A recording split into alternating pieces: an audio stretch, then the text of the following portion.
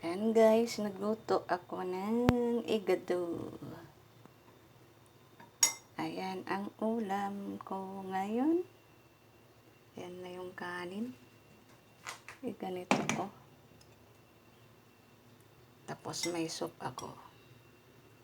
Igado. Simple lang. Karne, tapos yung atay, tapos nalagyan ko ng patatas at ano yan? Carrots.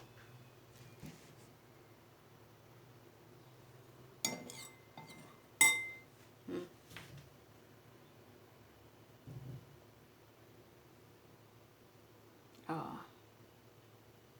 Tinikman ni Madam.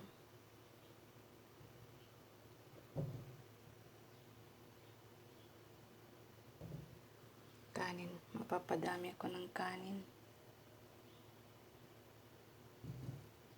Tapos may soup pa ako.